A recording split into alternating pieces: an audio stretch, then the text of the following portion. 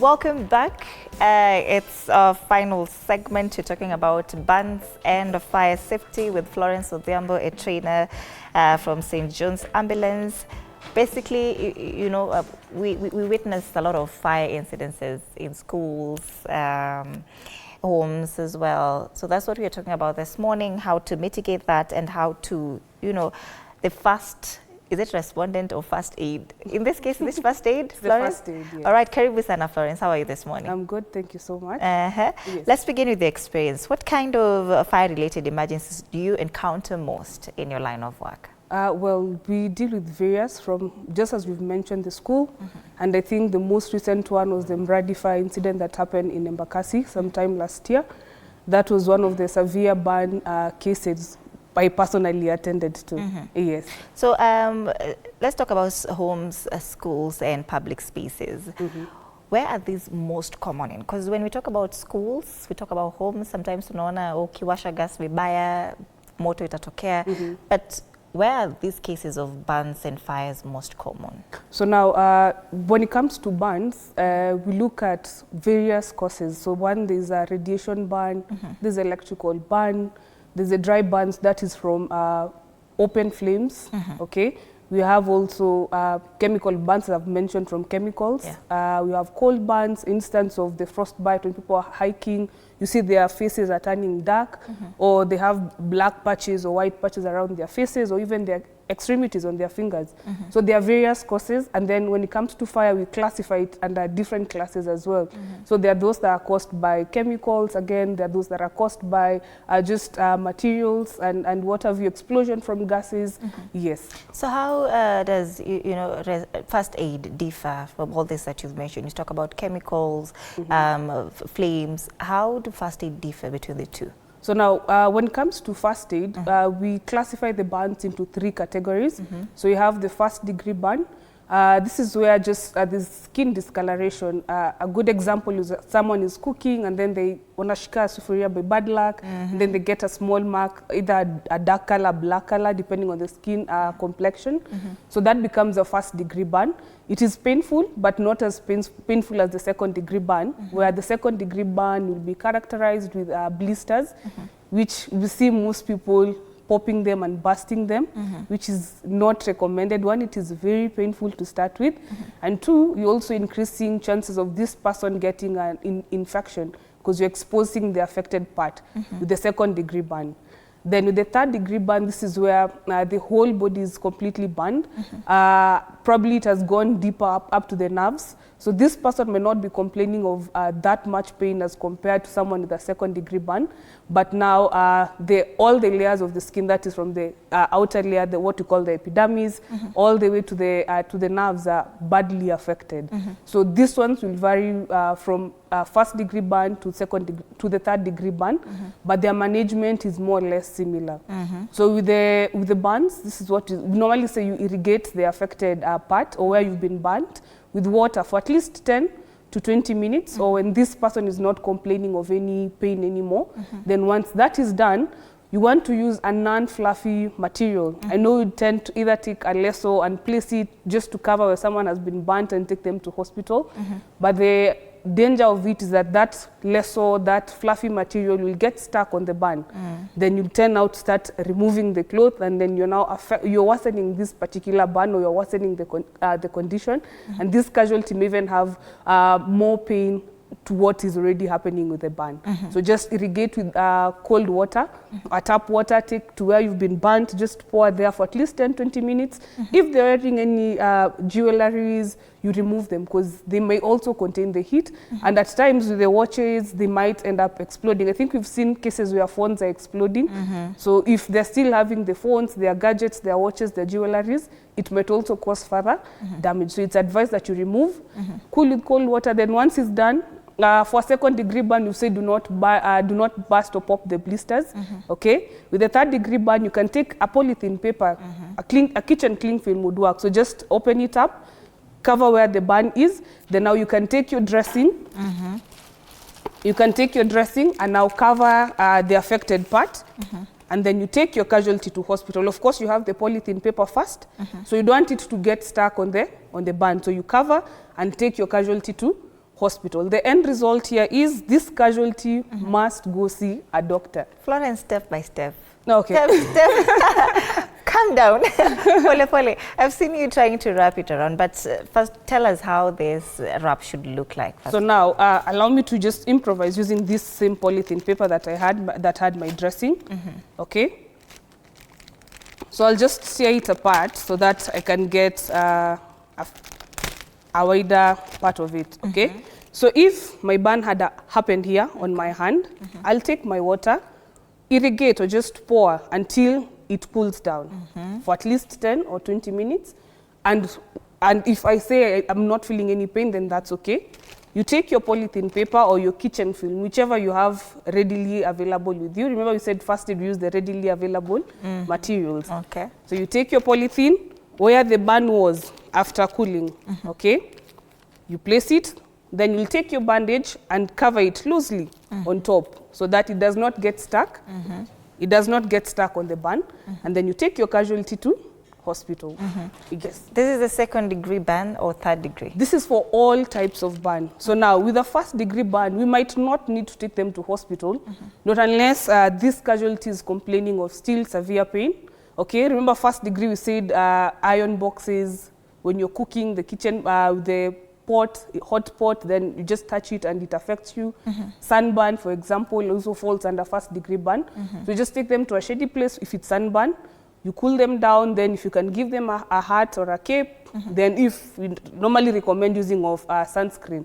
So sunscreen is not just for white people or people with albinism, okay? Everyone should use a sunscreen to protect yourself from getting the radiation burns.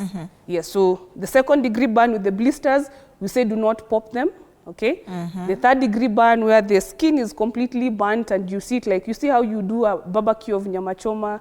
Yes, so the skin might end up looking like that with the black spots around the area. So that one you'll cover together with the second degree burn and take your casualty to hospital.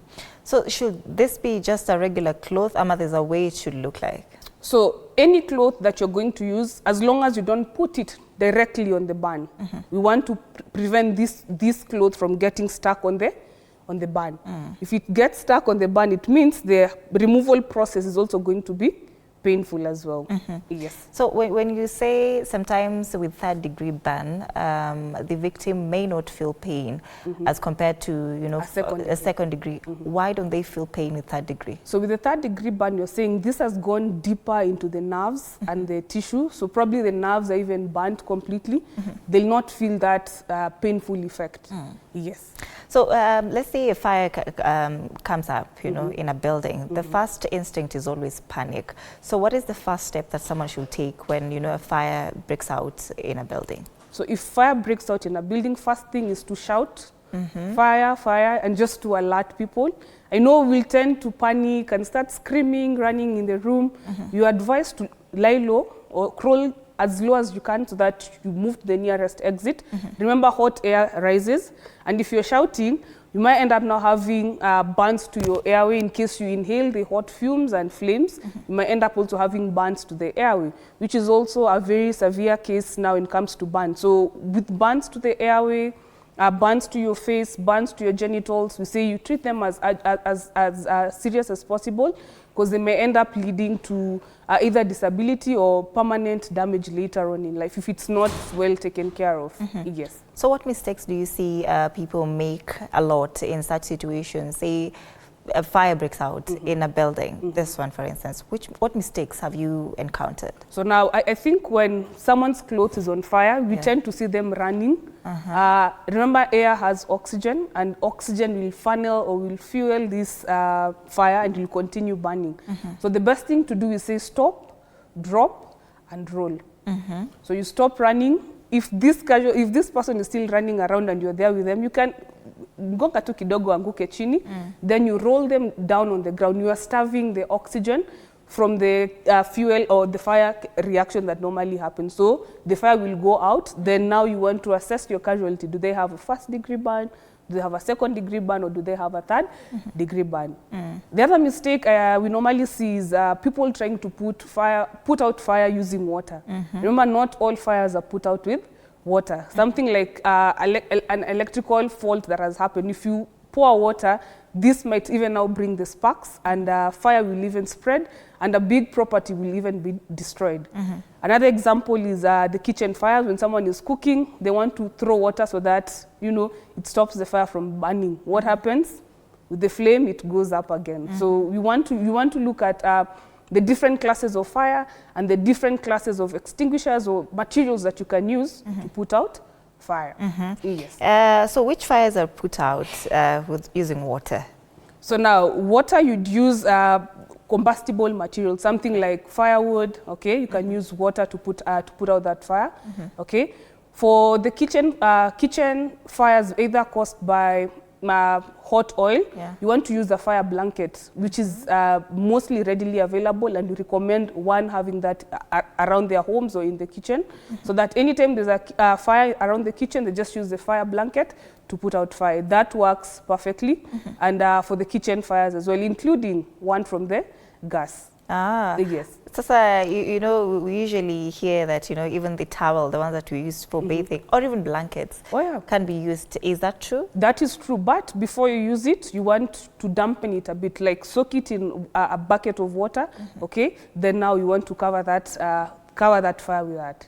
Yes, but do not throw it, because as you're throwing it, you're funneling oxygen to the fire, so it might even get bigger, and it scares you, and it might also burn you in the long run. Yes. So for somebody, maybe nguo yake imeshika moto, yeah, and we're talking about, sometimes if you're talking about flammable, the ones from the kitchen, you can use a towel, a kitchen towel, blankets or whatever. But can you use that on somebody? You throw a wet blanket on them? Yes, yes. You cover them, or you wrap them with that blanket. That can still work. It has to be wet. All right. Yes. So when does a burn become serious enough to require urgent hospital care? So now, again, we base it on the extent, how bad this burn is. And then we've said second degree burn, anything that has a blister, that one needs urgent medical help, because now it has gone past just the outer skin layer that you normally see. It has gone deeper to either the second layer, or could even go to the subcutaneous tissue. Again, with the third degree burn. I don't know if you can maybe picture someone. I know this is also could be a common practice that people do, because I hear they say you use transformer oil to treat burn. So where do they get this transformer oil? They have to climb up the transformer. So a small mistake can happen, then fire starts. Picture that someone burning on that pole, on the transformer pole. So they end up looking black or darker because of the burns they've had. So this person definitely needs to be taken to hospital for urgent medical attention as well. Yes. Let's talk about oil burn. How do you deal with that? So now, for oil burn, again, when it comes to burns, we just classify them on the three degrees: the first degree, the second degree, and the third degree. So one, you want to ensure that if the body is still on fire, you want to remove as much clothes as you can, also considering that you have to make them still decent. Okay. Then if the fire is still there, you want to again irrigate the affected part with cold water. Okay. Then once cooling has happened, or once they're not feeling any pain, you want to take them to hospital again for further medical assistance. Now, there are several myths and or several traditional things that people normally use to treat burns. Yes. You'd hear someone say using mafuta ya bunduki. Personally, I've not seen it, but it's a common thing that we hear people say. You'd see people using wheat flour, okay, on the burnt place. Amechomeka na mafuta, well, either they are making chapati or they are cooking chips. Then it just happens, they cool, then they apply the wheat flour. We'll see other people using Colgate as well. So now, it might work just on the outer layer, okay, but not the inner part or the inner skin layer that has been burnt. So you end up, this person may later on get what you call sepsis, an infection. Yes, the outer part looks dry, but when you press where the burn is, you can see pus coming out, because now the internal organs that were burnt have not been attended to, they have not been treated. So we recommend that anytime you have a second degree burn and a third degree burn, please make sure that you end up seeing a doctor. Let them give you the medication, let them pop up the blisters, they'll give you medication for that, and at the end of the day, you'll still be treated. How about over-the-counter drugs? Now, they may have their own implication, okay? Because at times you just go say, give me Panadol, give me Maramoja. You don't know the components of this medicine. Remember, there are those who have allergic reactions to particular aspects of this medication. There's someone who will not use aspirin. There's someone who will not use Brufen. And you find the over-the-counter medication could be having this component. So yes, you're protecting or you're taking medication to prevent the pain. But in the long run, you start having side effects. Yes. In a situation where, say, you know, somebody has an oil ban, and it doesn't fura at that particular point, what's the worst that could happen if somebody uses Elastoplast? So now with the Elastoplast, you're compressing it, you're preventing it from drying, in other words, because you want that blister to come out. Then if you cover it with an Elastoplast without applying any medication, when you remove that Elastoplast, you'll notice that that part is becoming wetter, okay? Then also the drying takes a bit longer. So we recommend what the doctor will give you, the ointment the doctor will give you. Please use that so that it dries nicely. If you use the Elastoplast, it means you're just preventing it from drying nicely, even without using any medication. Yes. There's a lot of confusion also about fire extinguishers. So should every household have one? Well, probably would need an expert to come and assess probably what would cause most home fires. But we normally recommend having a fire blanket at home. That one can extinguish most types of fire, okay? And what we call a powder extinguisher. That one will also extinguish most causes of fire at home. Yes. So how does one know which one to buy when you're talking about fire extinguisher? Because we have those ones that we see in the offices, even these apartments that we live in, you see stairs, they're mounted there. So which one do you now know to buy? So now, as I've said, you need an expert to come do an assessment and get to know what would easily cause fire in the apartment. With that in mind, then they'll advise or they'll recommend the best fire extinguisher to use. You don't bother to use the CO2 extinguisher, and probably you'll not get any materials that will be extinguished by CO2. Remember, we have also gases and gases that can cause burn or that can start fire. In other words, sorry. So now those gases will be will either use the CO2 to extinguish the fire. So you cannot have a CO2 where you don't have gases. I know we talk about petrol stations, we talk about like Total, where they're having the depot, where they're having the fuel in big quantities. So they'll have different types of extinguishers to extinguish the different type of fire that will be caused by any of the components there. So now for that one, for homes, you need an expert to come and just look at, give an assessment, then they'll recommend the best extinguisher to be used at home. Okay. Yes. And in an enclosed room on fire, say, you know, is it safer to break a window or just crawl down through it? Because we see this in movies. We see people crawling. What is the best thing to do? So now the best thing to do is find your exit out. Now, if you break the window, probably you've said it's an enclosed room. So if you break the window, what is happening? Air will be coming in. Remember, air has oxygen, and oxygen is a good, it's an element of fire that will support burning. So the best, as you've said, just crawl down, find your exit, and move away. Yes. So do you think Kenyans are well educated in terms of just fire safety and burn safety from where you sit as a member of St. John's Ambulance? So our vision in St. John is to train at least one first aider in every household.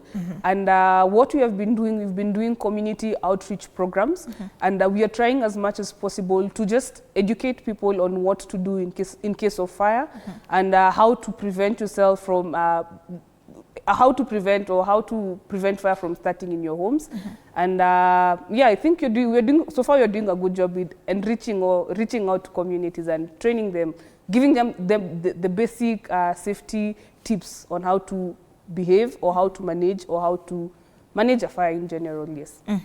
What gaps do you see exist in terms of reception? How we as Kenyans, even as you try to, you know, sensitize the people, Kenyans, you know, about first aid. So where are the gaps exactly? So I'd say mostly what people tend to believe in and what first aiders are trying to tell you, what doctors are trying to, or what experts are trying to teach you. So now you'd see still people are insisting on using the traditional methods of treating burns and maybe or putting out fire. But in the long run, it ends up affecting them. So I think just trying to mitigate the myths and misconceptions that people are having. So once that is done, I think we'll be in a better place, if I can say that. Yes. When you talk about fire safety and educating the public about, you know, how to deal with burns and just fire, at what age should that education start? So in St. John, we train as young as 6-year-old. We call them the dolphin levels. Those are in primary school.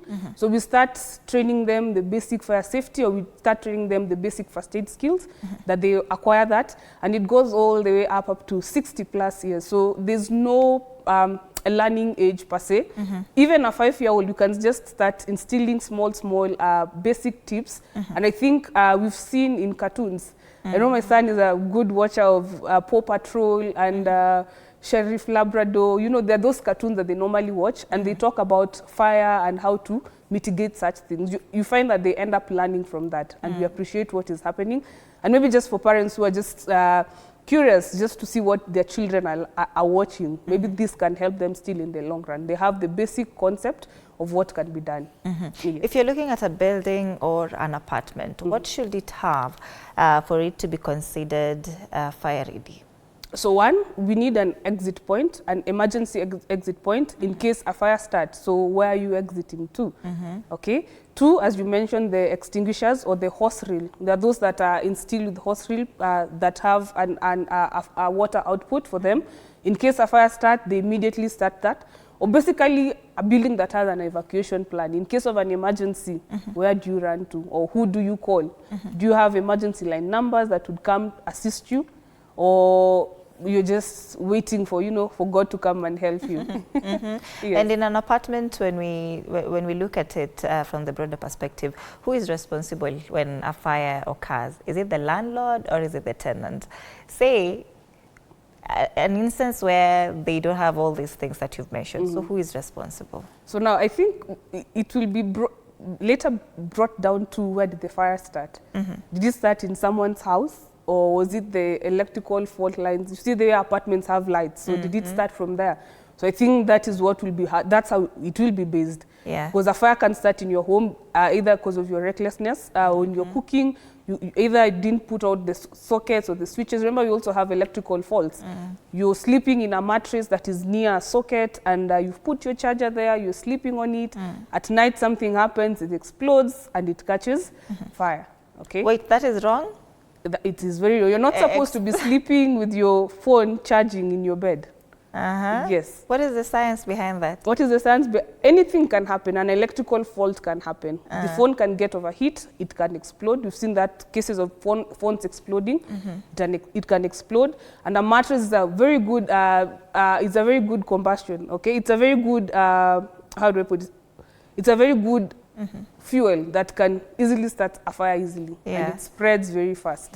Yes. All right. I think you've also seen candles. People living, probably there's no light, they just put a candle on and then they forget it, and then, you know, fire starts. Yeah. Yes. So what should be in a standard household first aid kit for burn safety? So for burn safety, you need at least a sterile dressing. Okay, this is what you call a sterile dressing. Then you also have the burn dressing if you can get that.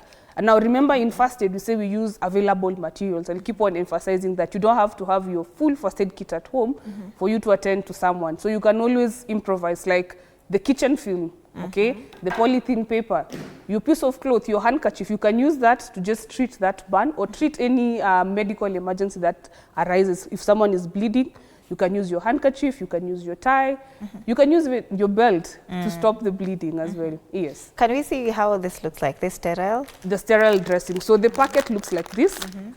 Then when you open it, it just had a pad in between there. So this is where you will place it on there, just the way you have an elastoplast. So this is what will go directly on the bands, for instance. This is it's non-cottony or non-fluffy. So when you put it there, it will not stick on the band. Okay, or it will not stick on the wound. If someone is bleeding, it will not stick on the wound. Yes. So Florence, as we wind up, what is one thing that you would want Kenyans to know about fire safety and of course bands as a member of St. John's Ambulance and a trainer? Okay, so one, in case there's fire, the first thing that you need to do is shout fire. Okay, also get basic trainings on basic fire safety, how to mitigate in case there's fire. Then also if you can do an assessment in your own house and see if there's a fire, what can I do? If you don't have the fire blanket, can you have a blanket that you can use to put out fire? Okay, and also try to control your sockets and just ensure that they're well maintained. Kids are not playing in the socket because remember we have burns, electrical burns. When someone is shocked as well, it can cause an electrical burn. And your body being a conductor of heat, it will just pass. And if someone touches you, you continue the chain of fire. So ensure that your sockets are well maintained. You know where your main switch is in case a fire is caused by an electrical fault. You know where the main switch is. Or even have Kenya Power's number. You need to call them in case it's a high voltage fire, someone who's climbing on a transformer pole. You need to call Kenya Power to just block that entire flow of electricity. So one, safety at home. What do? Do you have an exit plan? Do you have an evacuation plan?